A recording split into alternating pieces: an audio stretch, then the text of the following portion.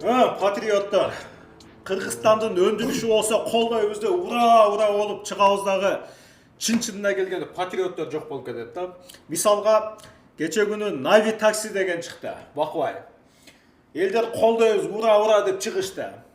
На самом деле иштеп аткан жок да. Жагы деле жанагы Яндекс такси акчалар миллиондоп Россияга кетип атат. Мындай, Яндекс такси удобный да деп атат да.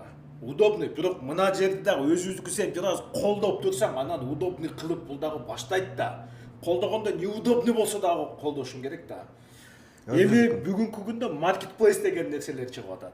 Бүгүнкү күндө азыр Яндекс Маркет келип кала электе өзүбүздүн маркетплейстерибиз болуш керек, өзүбүздүкү. Ушул нерсени сен кылып атат экенсиң. Бирок толугу менен бышканда анан чыгарам, удобный кылып деп атат экенсиң да. Эми сен бир маркетплейсиңди мактанып берчи элге. Ассаламу алейкум, урматтуу кыргыз элим.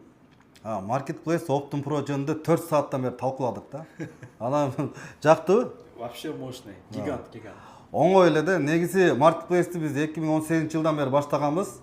Жанагы спонсорлор жок болуп, инвестиция көп ишенбеген. Ошол кезде бизге Marketplace керек десем эч кандай түшүнүшпөгөн да. Азыр уже тему чыгып, ыңгайлуу болуп калды. Баары жака удобно болуп кетти. Биз азыр айтып атабыз.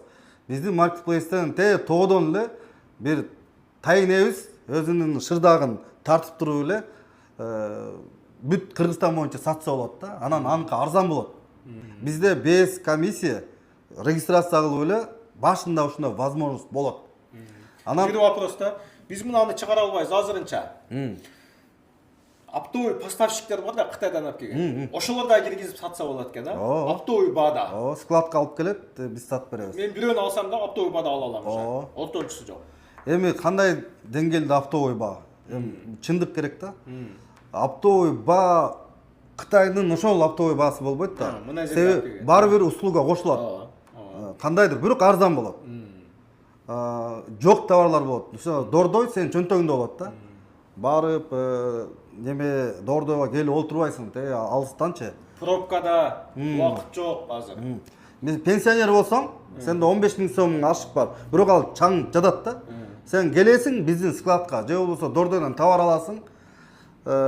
Ушуну 15 сомго алдың, биздин немеге маркетплейске 20 сомго чыгарып койдуң. Ал иштей берет. Сен акчаңды эле вложение кылып койдуң. Ошондой ыңгайлуу нерселер болот да. Аз калды, иншалла, азыр колдоп берсе кыргыз элибиз. Мен түшүнүгүмдө сен торговый площадка түзүп берип атат экенсиң, еще чоң складың дагы бар экен. Сен офлайндагы, онлайндагы площадка